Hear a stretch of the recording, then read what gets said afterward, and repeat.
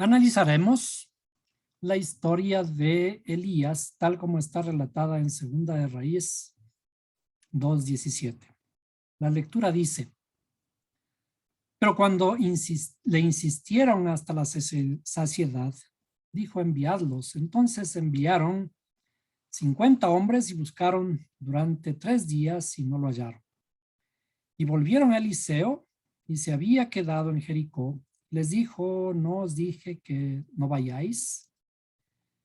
Entonces los hombres de la ciudad dijeron a Eliseo: he aquí ahora el emplazamiento de esta ciudad es bueno, como mi señor ve, pero el agua es mala y la tierra estéril. Y él dijo: traedme una vasija nueva y poned sal en ella, y se la trajeron. Y él salió al manantial de las aguas, echó sal en él y dijo: así dice el Señor, he purificado estas aguas, de allí no saldrá más muerte ni esterilidad. Y las aguas han quedado purificadas hasta hoy, conforme a la palabra que habló Eliseo. Después subió de allí a Betel, y mientras subía por el camino, unos muchachos salieron de la ciudad y se burlaban de él y decían: sube calvo, sube calvo. Cuando él miró hacia atrás y los vio, los maldijo en el nombre del Señor. Entonces salieron 2 osas del bosque y despedazaron de ellos a 42 muchachos. De allí fue al monte Carmelo y desde allí regresó a Samaria.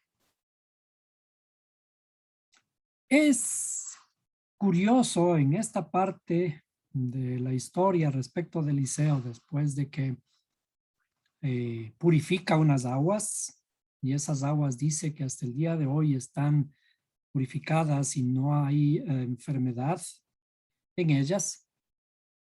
Entonces Eliseo se vuelve a Betel, y mientras subía por el camino, dice, unos muchachos salieron de la ciudad y se burlaban de él y le decían: sube calvo, sube calvo.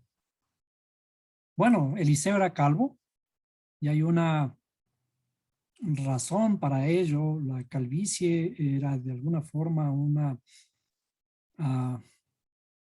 el raparse era un asunto de verse más limpio en cierto sentido, digamos, ¿no? Pero dice, se burlaban de él, diciéndole calvo. Así que él regresó atrás, su mirada los vio y los maldijo. Fíjense, los maldijo en el nombre del Señor.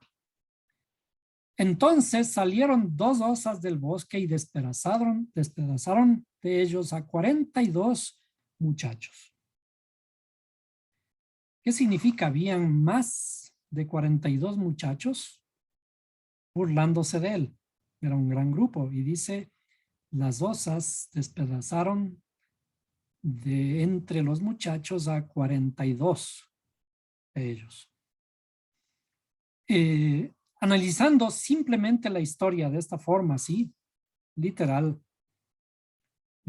por burlarse de una persona, llamarle calvo, de burlarse de un profeta, ¿será porque fue un profeta y del profeta no hay que burlarse? Los muchachos siempre son impulsivos, algunos inocentes, ¿no? Los llaman calvo. Bueno, ¿y qué insulto era llamarle calvo si era calvo? Pero el profeta regresa, dice, estaba subiendo a Betel. Entonces, cuando analizamos las historias, hay que analizar también los detalles. Y trataré de hacer una cosa muy rápida, pero todo este asunto es mucho más profundo que solo las cosas que voy a decir en estos pocos minutos. Dice que Eliseo subía a Betel. Betel significa la casa de Dios, el lugar en donde Jacob había puesto una piedra y había dicho que allí iba a edificar un templo. el templo que posteriormente fue edificado por Salomón, en ese lugar, en el lugar de la casa de Dios, Beit El, la casa de él.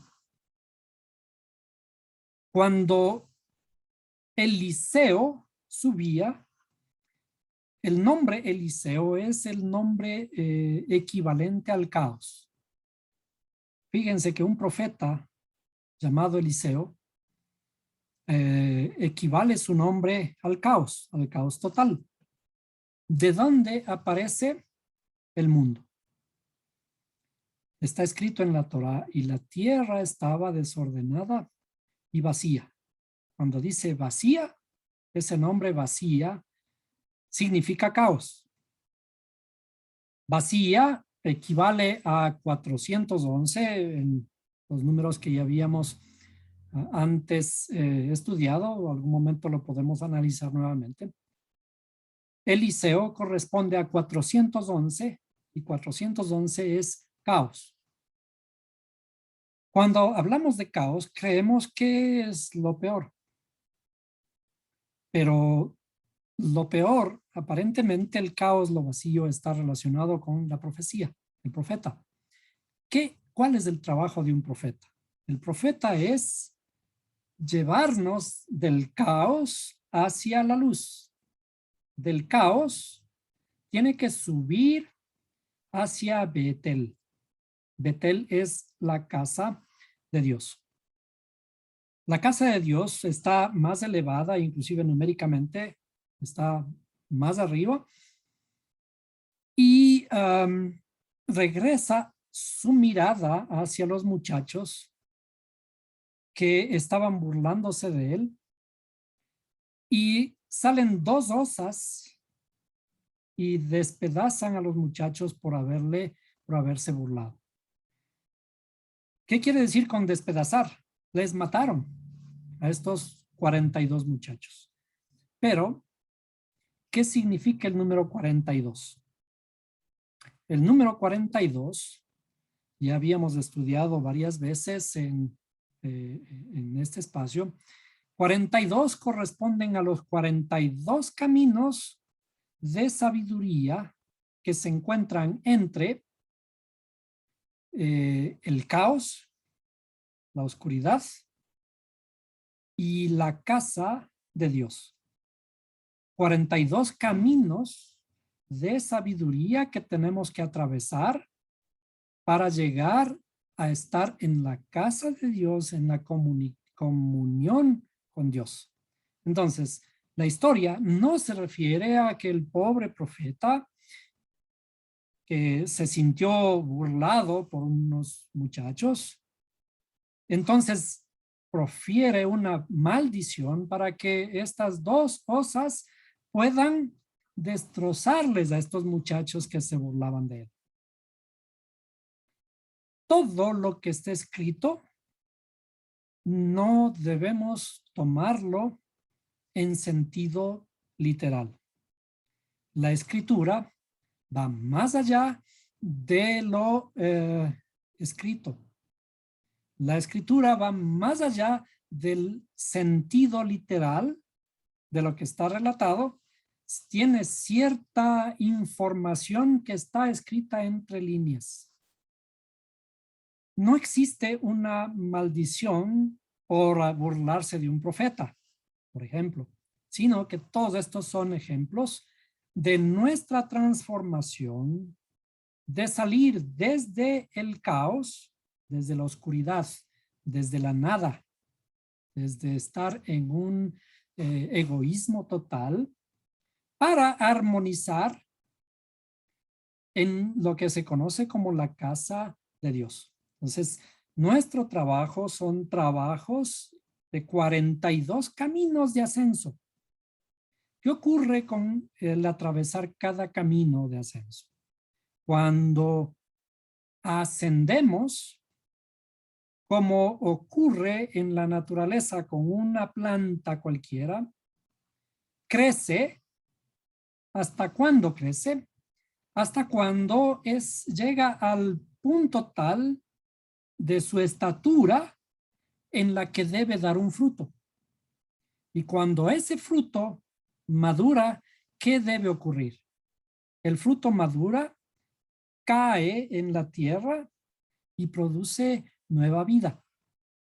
Entonces, ¿cuáles son las 42 veces que tenemos que pasar del caos hacia la casa del Creador, hacia su templo? Son nuestras 42 vueltas en las que tenemos que ascender para dar frutos cada vez que nuestro fruto caiga, para dar nueva vida y pueda crecer nuevamente para seguir dando frutos al 100 por 1. Es decir, nuestra transformación en nuestro caos tiene que irse ordenando. En cierta forma, a esto se le conoce como los 42 caminos de sabiduría. Entonces, esto que parece una historia de maldición, en realidad es una historia de bendición. ¿Por qué?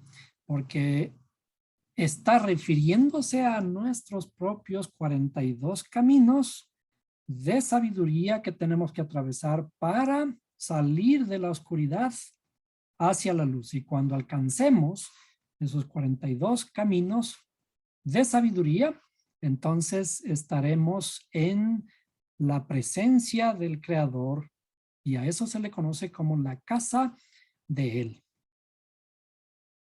Hasta aquí podemos dejar este pequeño análisis en relación con esta pregunta que me hiciera Johnny. Bienvenido, Guillermo. Guillermo no le conocemos, Guillermo Valencia. Sería bueno que se presente.